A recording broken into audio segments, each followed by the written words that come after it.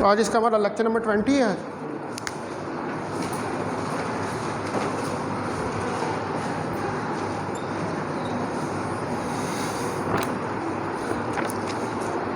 तो हमने, मेरा ख्याल है कि कारनाट इंजन जो है उसको स्टार्ट किया था और कारनाट इंजन के डायग्राम बना दी थी और आइसोथर्मल एक्सपेंशन भी नहीं था लिखवा दिया था ना। तो अब हमारा इसके बाद इसके अंदर वो जो 4 प्रोसेसेस हैं, ठीक है, उनके अंदर जो सेकंड प्रोसेस है उस सेकंड प्रोसेस को हमने डिस्कस करना है, adiabatic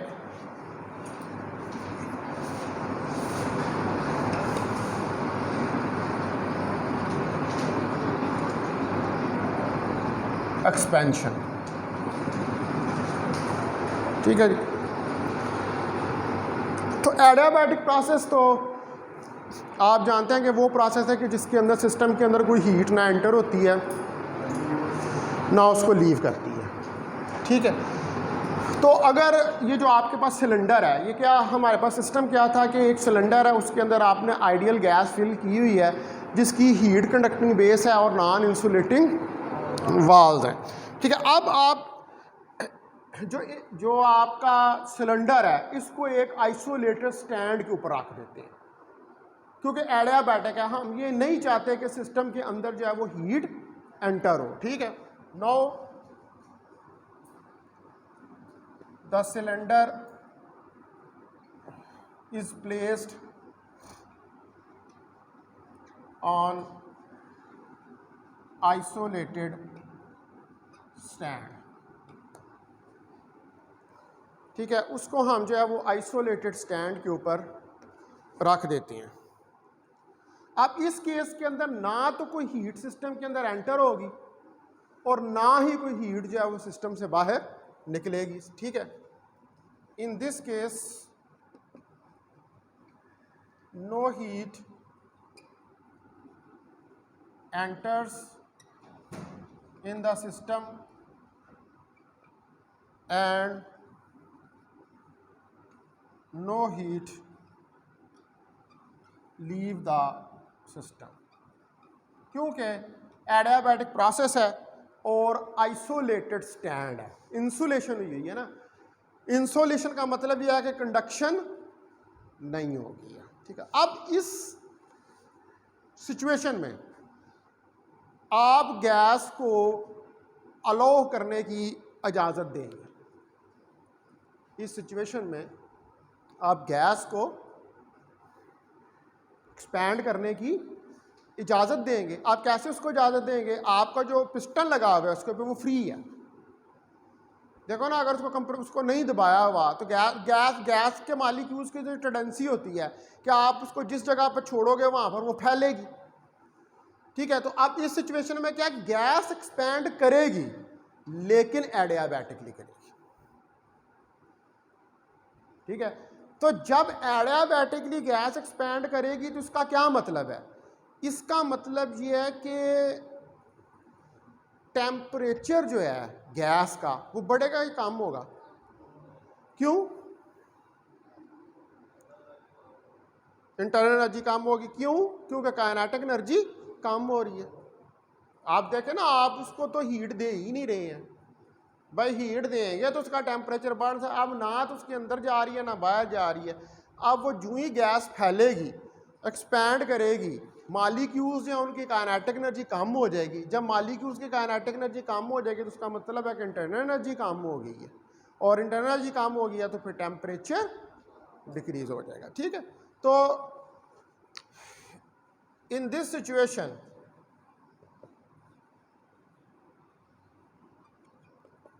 gas is allowed to expand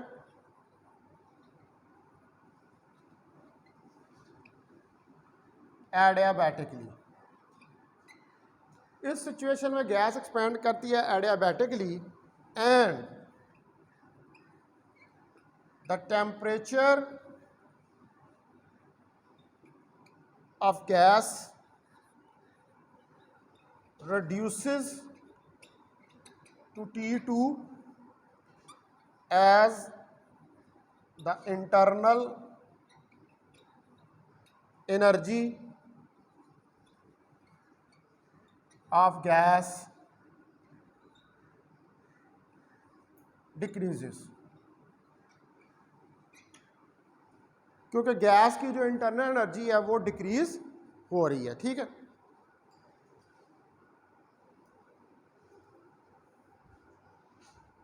ये हो गया सेकंड प्रोसेस आपके पास। अब इसका टेम्परेचर T1 से T2 हो गया। ठीक है, पहले टेम्परेचर क्या था? T1। The temperature T1 falls to temperature T2। ठीक है, टेम्परेचर T1 जो है वो T2 को फॉल कर जाएगा। यानी कि अब आप दो प्रोसेस हो गए। पहला आइसोथर्मल एक्सपेंशन था। आइसोथर्मल एक्सपेंशन में मतलब है कि आप उसको हीट दे रहे थे, उसका टेम्परेचर T1 था। फिर आपने पहले आपका स्टैंड इंसुलेटिंग नहीं था, हीट कंडक्टिंग था। दूसरा स्टैंड आपने लिया वो इंसुलेटिंग था, उसके ऊपर अब टेम्परेचर जो है वो T1 से T2 पे फॉल। अब दो प्रोसेस हो गए, एडियाबैटिक एक्सपेंशन और आइसोथर्मल एक्सपेंशन, दोनों प्रोसेस हो गए। अब आ गए आप तीसरे नंबर पर। तीसरे नंबर पे है आइसोथर्मल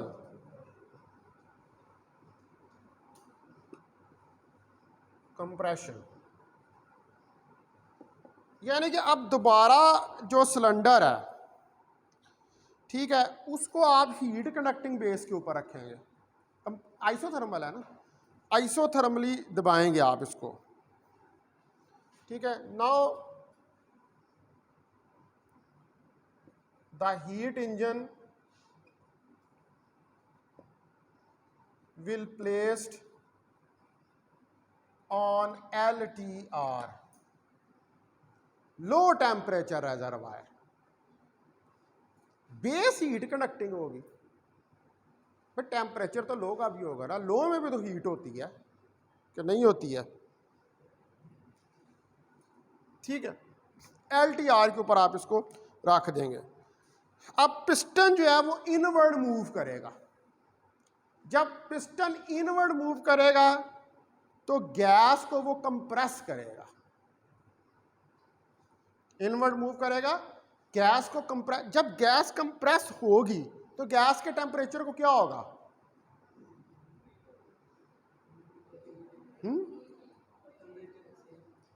टेम्परेचर ने तो सेम रहना, you are right, temperature remain same, LTR पे रखा हुआ है। There is no change in internal energy. भैया आइसोथर्मल प्रोसेस है, रखा भी किसके ऊपर हुआ? HTR के ऊपर ही रखा। पहला जब आपने इसको एक्सपैंड करवाया था उस वक्त HTR के ऊपर रखा हुआ था। बात को समझने की कोशिश करें, उस वक्त HTR के ऊपर रखा हुआ था। अब किस पर रखा हुआ है? LTR का। LTR का तो हाई टेम्परेचर लो है। ठीक है, तो अब आप इसको जब LTR पर रखा हुआ है और आप इसको कंप्रेस करेंगे, पिस्टन इनवर्ड मूव करेगा, तो there is no change in internal energy. जब there is no change in internal energy, there is no change in temperature. तो जो T2 तक टेम्परेचर पहुंचा था वो T2 तक ही रहेगा, वो टेम्परेचर चेंज नहीं होगा, वो T2 ही रहेगा। ठीक है, now the piston moves inward and compresses the gas,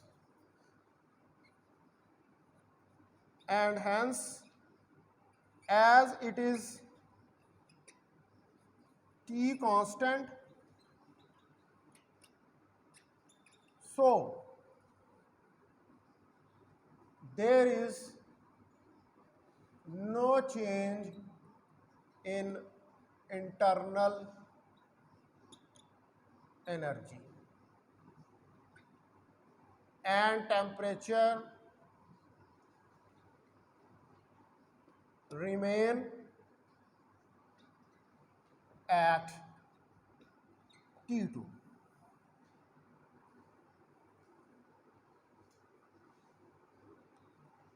और टेम्परेचर जो है वो आपका T2 के ऊपर ही रहेगा, यानी कि T2 से जो है वो टेम्परेचर चेंज नहीं होगा। अब आगे आपके पास जो लास्ट प्रोसेस है, फोर्थ वन क्या है? Adiabatic expansion, sorry compression.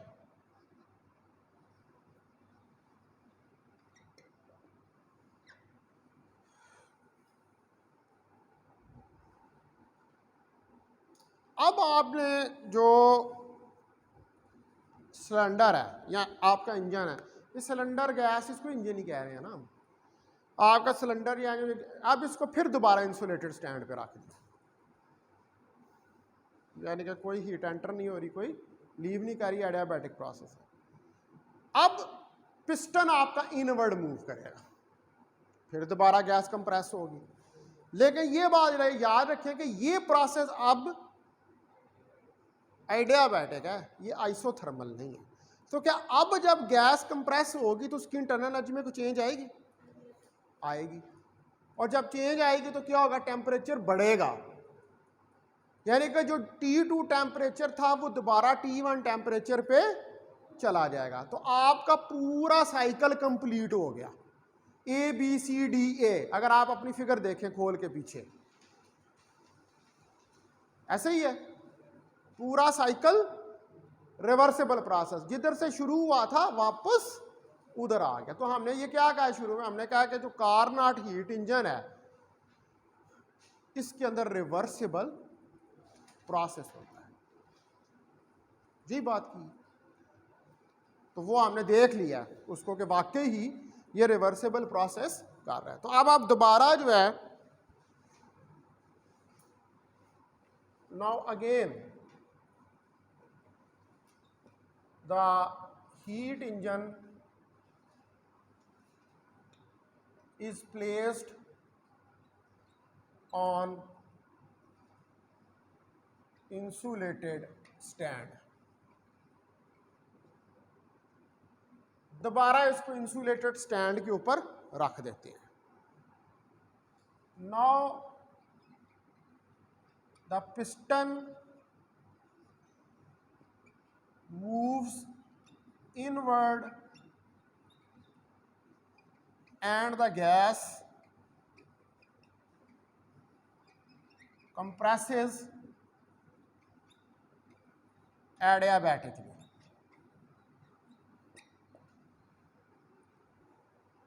Now temperature changes from T2 to T1, ठीक है। Now temperature changes from T2 to T1।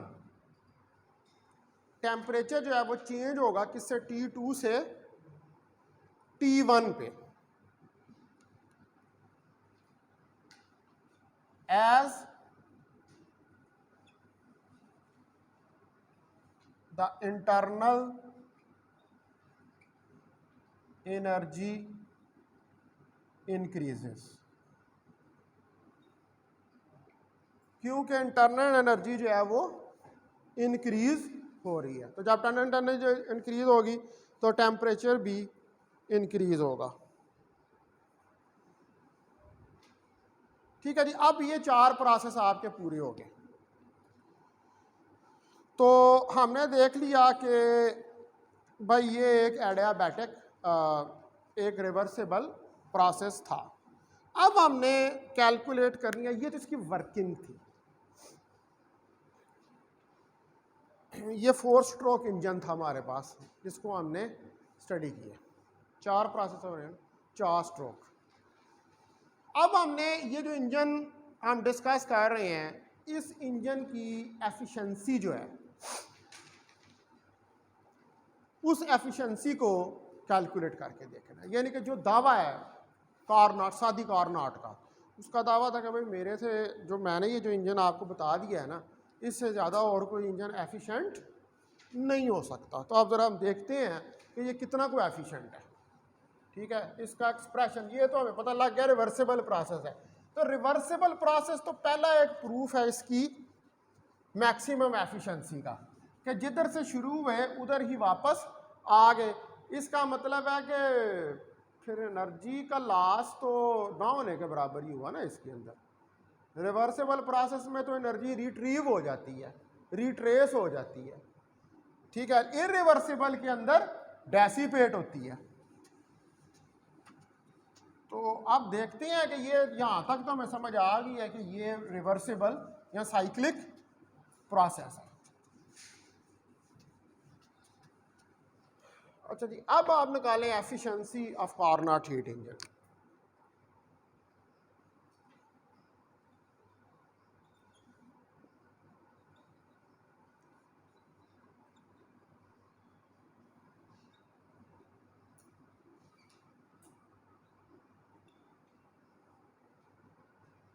कितना एफिशिएंट है ये। अब जो आइसोथर्मल एक्सपेंशन है,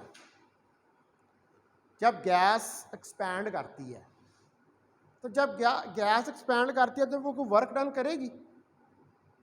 सारी बात है, वर्क डन कर रही है। किसके ऊपर कर रही है? पिस्टन के ऊपर कर रही है। तो जब एक्सपैंड करेगी तो वर्क डन तो करेगी। ठीक है, तो ड्यूरिंग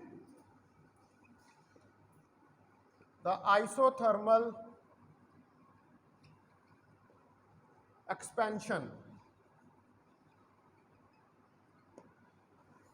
आइसोथर्मल एक्सपेंशन जब होता है of gas, the work is done by the gas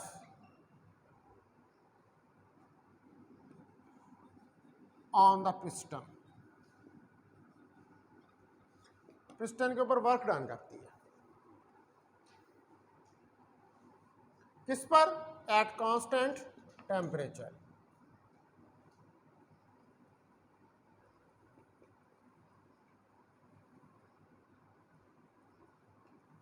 constant temperature के ऊपर, टी कांस्टेंट है।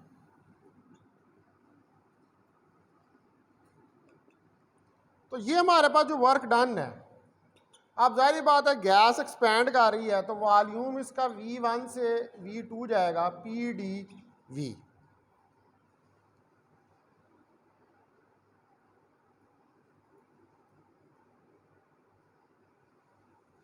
ठीक है, अब इसके अंदर मुझे P की वैल्यू चाहिए, तो मैं आइडियल गैस लगाऊंगा। By ideal gas law, PV is equal to nRT, P is equal to nRT over V। ये वैल्यू उठा के इधर पुट कर दूंगा, W V1 to V2 nRT over V dV।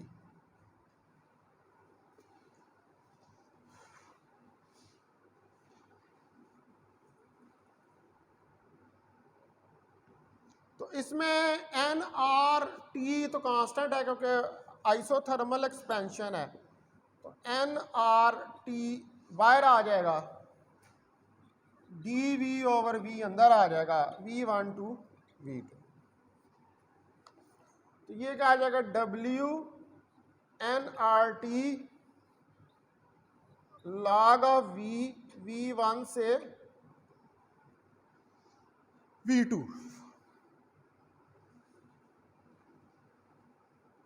इसका log ओपन करें तो W nRT log of V2 minus log of V1, और W nRT log of V2 over V1 by applying the property of log.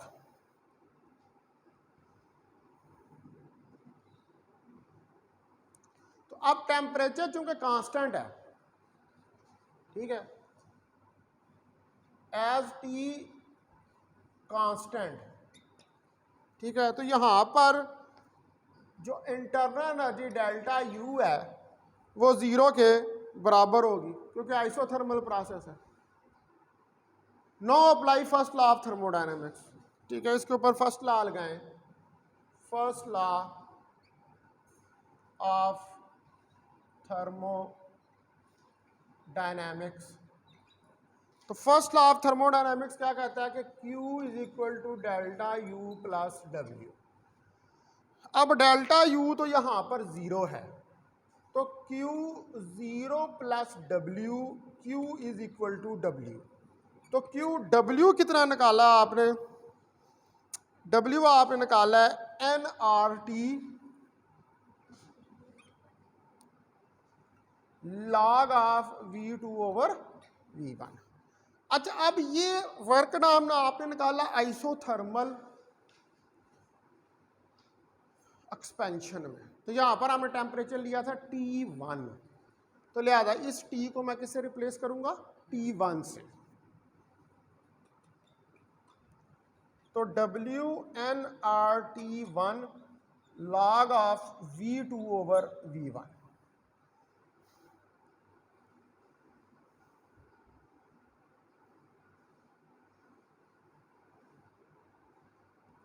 ये आपके पास work done निकल आया, इसको मैं इक्वेशन नंबर 1 का नाम दे सकता हूं। अच्छा, उसके बाद आप देखें यहां पर कंप्रेशन भी तो हो रहा है आइसोथर्मली, दो हो रहे थे ना, compression expansion, adiabatic compression expansion, दोनों चीजें हो रही। तो अब जो आपके पास कंप्रेशन है, तो कंप्रेशन का मतलब है work done on the system, expansion का मतलब है the work done by the system, ठीक है। तो एट आइसोथर्मल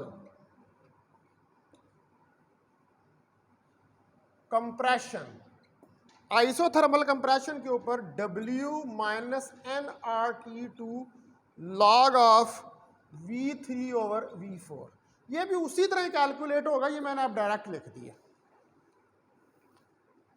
जिस तरह मैंने पिछले प्रोसीजर में कैलकुलेट किया है, उसी तरह ये भी होगा। आप एज असाइनमेंट इसको कैलकुलेट कर सकते हैं, कोई मसला नहीं, बिल्कुल वही सेम प्रोसीजर करना है। सिर्फ मसला यहाँ पर नेगेटिव का साइन इसलिए लगाया है, V3 और वहाँ पर था V2 और V1, यहाँ पर है V3 ओवर V4, वो नेगेटिव का साइन यहाँ पर लाने के लिए V4 ओवर V3 को हमने, वो आना था ना इस तरह nRT V4 ओवर V3, तो log के अंदर नेगेटिव लानी है, तो V3 को ऊपर ले जाओ, V4 को नीचे ले आओ, तो नेगेटिव का साइन आ जाए। ठीक हो गया बात। तो ये हमारे पास W जो है आ गया। अब यहां पर भी फर्स्ट लॉ ऑफ थर्मोडायनामिक्स यही कहता है कि डेल U प्लस W, इसको आप बेशक इक्वेशन नंबर, ये हमारे पास आ गई थी इक्वेशन नंबर 1, तो इसको इक्वेशन नंबर 2 कह दें। अब Q उधर से मैं वो वैल्यू, क्योंकि 0 है प्लस W, तो Q1 मेरे पास कितनी आ जाएगी? वो nRT1 log of V2 over V1, ठीक है, ये इक्वेशन 3 होगी। इसी तरह Q2 minus nRT2 log of V3 over V4, ये इक्वेशन नंबर 3 होगी, सॉरी इक्वेशन नंबर 4 होगी।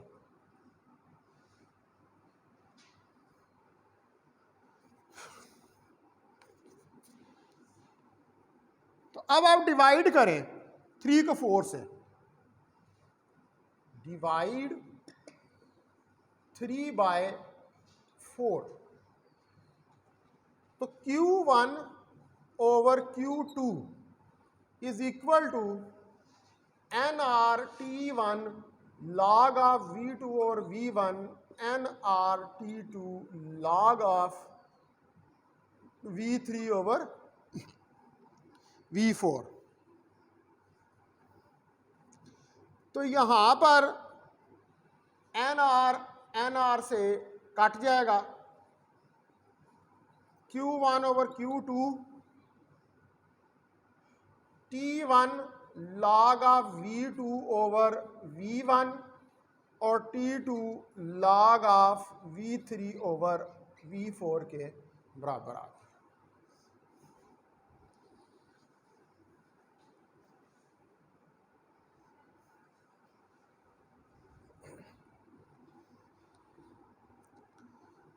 अच्छा, अब इसके अंदर हमारे पास अब मसला ये है कि ये जो टर्में आ रही हैं, ये लॉग वाली, इनको किसी तरह इल्यूमिनेट करना है, तो हमारे पास जाके जो फाइनल एक्सप्रेशन है उसकी वैल्यू निकलेगी। ठीक है, ये हमें इल्यूमिनेट करनी पड़ेगी, तो इनको करके देखते हैं हम इल्यूमिनेट। ये आपके पास इक्वेशन आ गई, इसको नाम दे दें आप इक्वेशन नंबर 5 का।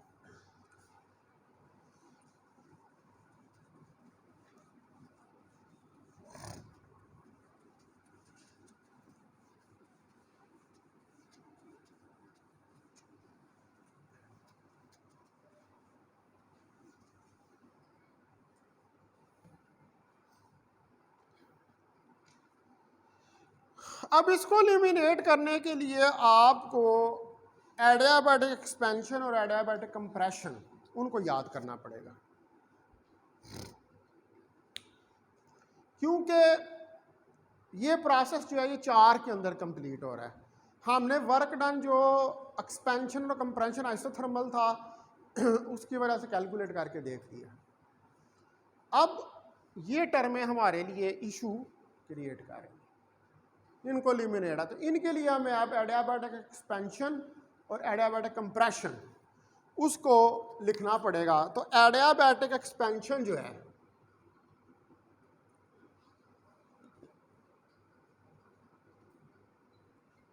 इसके लिए TV1 gamma minus 1 is equal to T2 V3 gamma minus 1।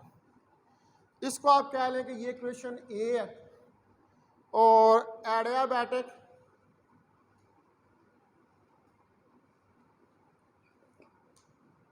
Compression इसके लिए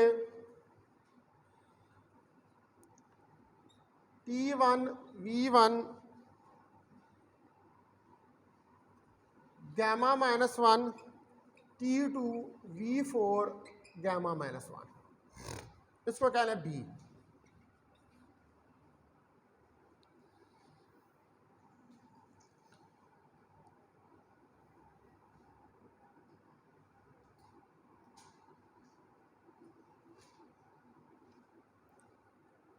ठीक है, ये हमारे पास इक्वेशंस जो हैं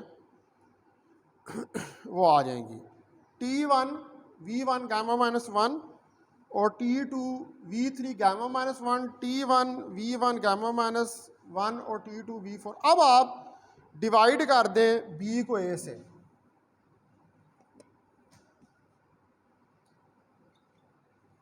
B को A से डिवाइड करेंगे तो T1 V1 gamma minus 1 T1 V1 gamma minus 1 is equal to T2 V3 gamma minus 1 T2 V4 gamma minus 1।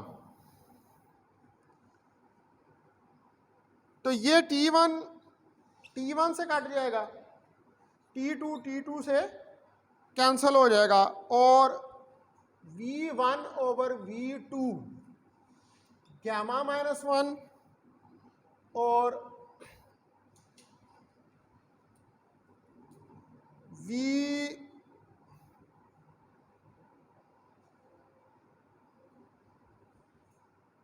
V3 over V4 gamma minus 1। ठीक है, तो ये यहां से कटा, V1 over V2 V3/V4।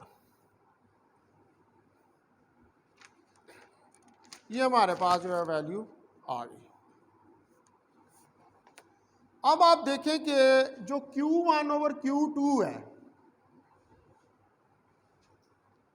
Q1/Q2 उसके अंदर T1 log ऑफ V2/V1 है और T2 log ऑफ V3/V4 है।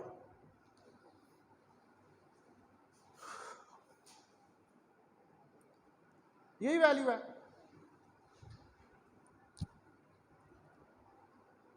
अब आपके पास जो इक्वेशन आई है V1/V2,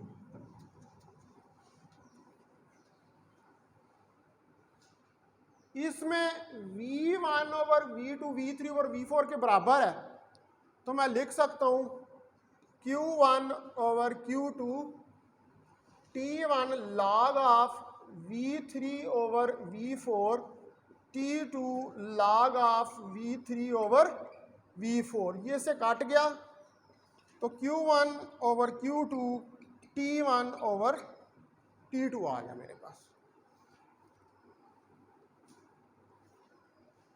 ठीक है जी, अब मसला हल हो गया। वो हमने इल्यूमिनेट करना था, वहां से वो इल्यूमिनेट हो गया। मैंने आपको यही कहा था ना, ये हमें इशू पैदा कर रहा है। तो इस इशू को किसने सॉल्व किया? एडियाबैटिक कंप्रेशन और एडियाबैटिक एक्सपेंशन है। अब एफिशिएंसी ऑफ हीट इंजन को तो आप जानते ही हैं, ठीक है।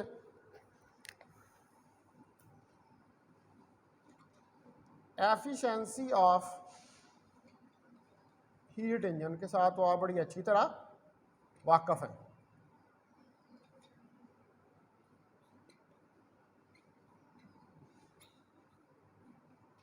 यही होती है। हाँ? तो इसको अगर मैं उल्टा दूं,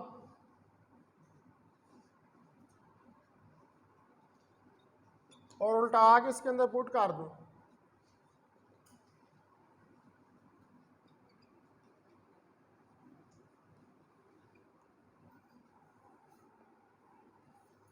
ठीक है जी,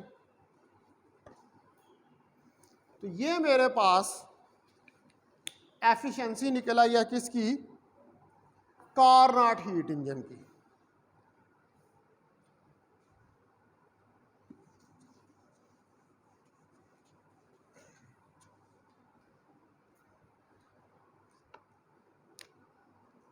This is the required efficiency of Carnot heat engine।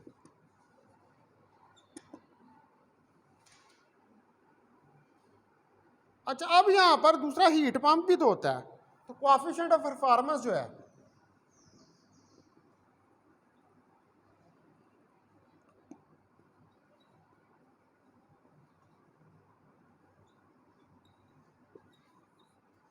Heat pump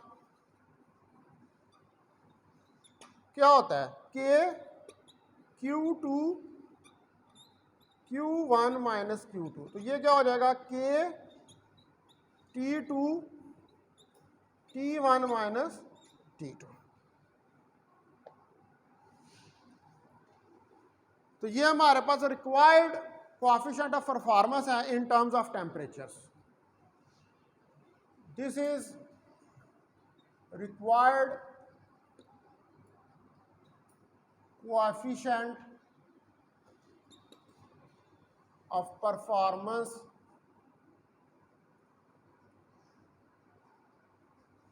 in terms of temperatures।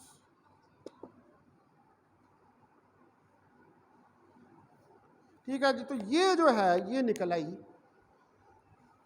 Carnot heat engine, जो कि सबसे ज्यादा अच्छा हीट इंजन है सादी कार्नोट के मुताबिक। ये उसकी एफिशिएंसी जो है वो हमने निकाल ली है। अब उसके अंदर T2 लो टेम्परेचर रिजर्वायर का टेम्परेचर है, T1 हाई टेम्परेचर रिजर्वायर का टेम्परेचर है। तो अगर इसमें से अगर T2 को 0 कर दें लो टेम्परेचर रिजर्वायर को, तो फिर तो एफिशिएंसी 100% हो जाएगी। ठीक है, मतलब है कि जो कारनॉट हीट इंजन है, जो कि दावा है उसका कि ये सबसे ज़्यादा एफिशिएंट है, उसकी एफिशिएंसी भी 100% नहीं है। उसकी एफिशिएंसी को भी 100% करने के लिए आपको क्या करना पड़ेगा, एक रेजरवायर हटाना पड़ेगा। एक रेजरवायर कैसे हटाएं, नहीं हटा सकते आप। ठीक है, तो ये यहाँ पर ख़त्म हो गया। अब हम आगे नेक्स्ट जो इनकी इक्वलेंस देखेंगे, क्योंकि आपने दो जो हैं वो स्टेटमेंट्स देखी हैं, एक क्लासियस स्टेटमेंट देखी और एक कैल्विन है, दोनों एक ही हैं। हम इनको बराबर करके देखेंगे कि ये किस तरह एक है। ठीक है, कैसे इनका मतलब जो है वो एक ही निकलता है।